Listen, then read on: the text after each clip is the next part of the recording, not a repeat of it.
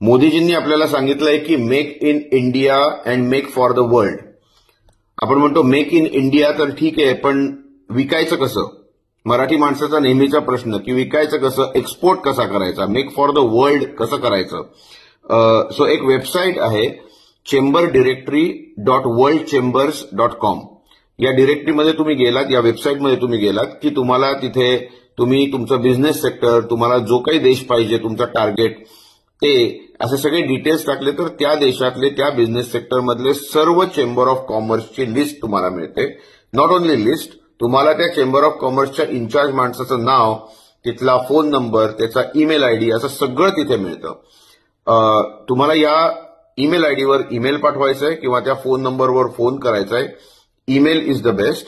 आणि ईमेलमध्ये तुमच्या कंपनीचं तुम्हाला प्रेझेंटेशन द्यायचंय, एक्झॅक्टली स्पेसिफिकली विचारायचंय की तुम्हाला त्यांच्याकडनं काय हवंय. हे सगळे चेंबर ऑफ कॉमर्स यासाठीच तयार झालेत कारण की त्यांना मदत करायची आहे. वेगवेगळ्या देशातल्या वेगवेगळ्या सेक्टर्समधल्या लोकांना बिझनेस करण्यासाठी मदत करायची.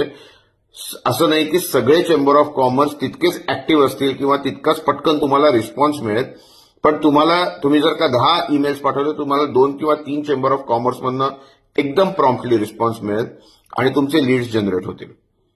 थँक्यू. ट्राय करा.